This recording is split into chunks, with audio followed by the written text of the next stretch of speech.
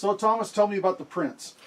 Well, when Roger Patterson shot his film on October 20, 1967, he actually shot a second film. And in the second film, you see the actual track line the creature left behind.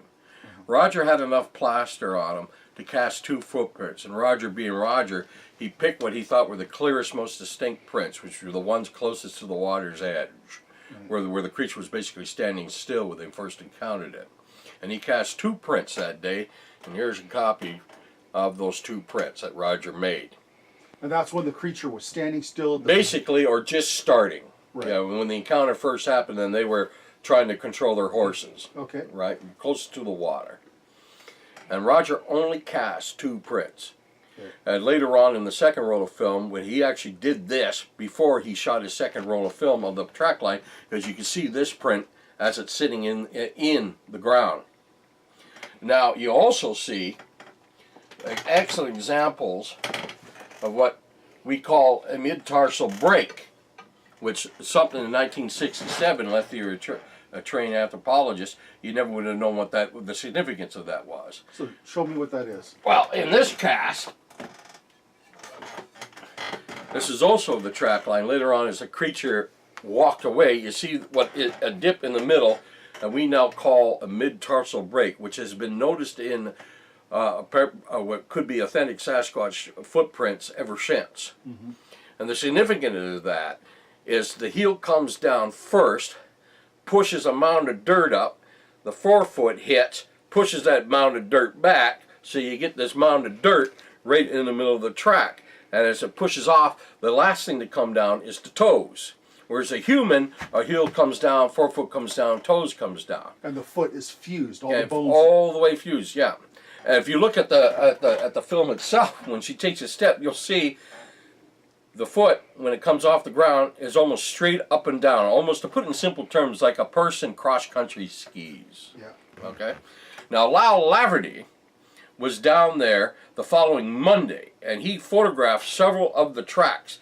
And there's one track that's called the Laverty photograph that is actually of the footprint this cast was made from. Prior to it being cast, because this was cast by Bob Titmus 9 days later, and he cast 10 tracks in succession on the track line, and he cast the Laverty track. Right. And that's what we got here. That's why we have this preserved today. And what generation track is that? Oh, this is probably a 3rd or 4th generation. I got this from the late friend of mine, Dr. Grover Krantz. Okay, yeah. Gotcha. Yeah. And so, tell me more. So, who is Lyle Laverty? Well, Lyle Laverty was his job then was selecting areas of forest to be logged.